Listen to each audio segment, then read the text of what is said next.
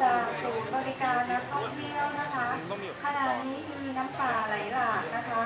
ขอให้นักท่องเที่ยวงดลงเล่นน้ำและให้อยู่ห่างจากริมลำธารนะคะและขอให้นักท่องเที่ยวเชื่อฟังเจ้าหน้าที่ประจำจุดด้วย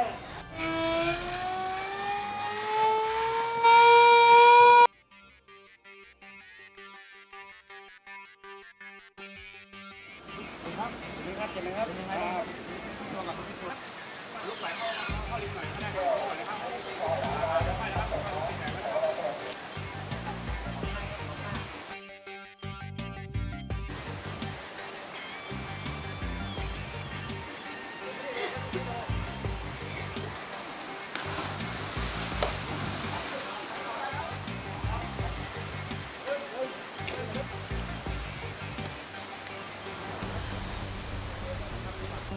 เรียนเดี๋ยวขอทางให้นักเรียนหน่อยนะครับตรงนี้ครับผม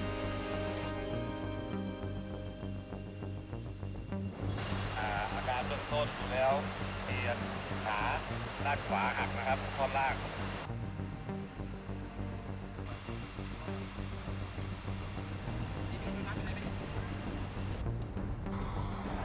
เตรียมทำเปรเลยเอาถอดเสื้อ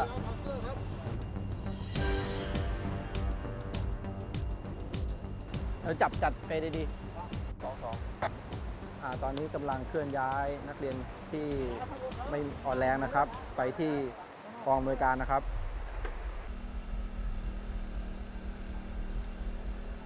พร้อมยังพี่เอสเสริมอีกคนนึง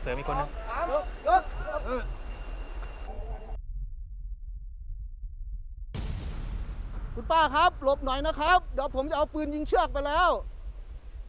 โอเคครับผมยิงแล้วครับ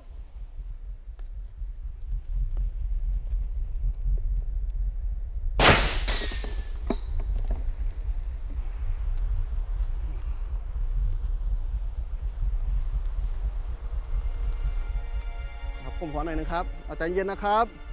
ทีมกู้ภัยครับพร้อมครับปล่อยแล้วครับ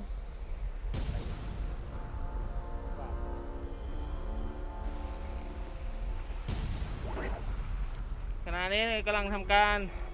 ยกผู้ป่วยใส่เปลอยู่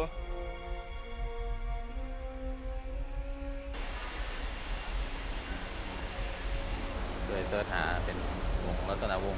โคนหอยนี่นะ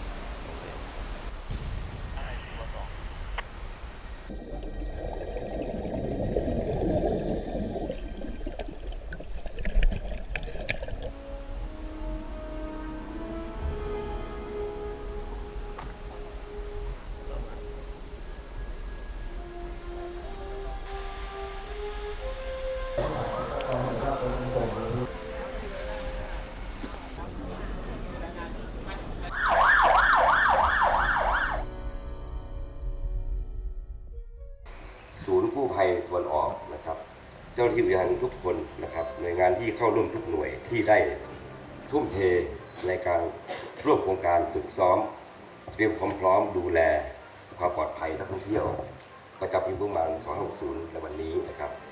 ในโอกาสนี้กับผมก็ขอปิดงานโครงการฝึกซ้อมเตรียมความพร้อมดูแลความปลอดภัยนักท่องเที่ยวนะครับเพื่อให้ชาติสงบและดีครับขอบคุณมากครับ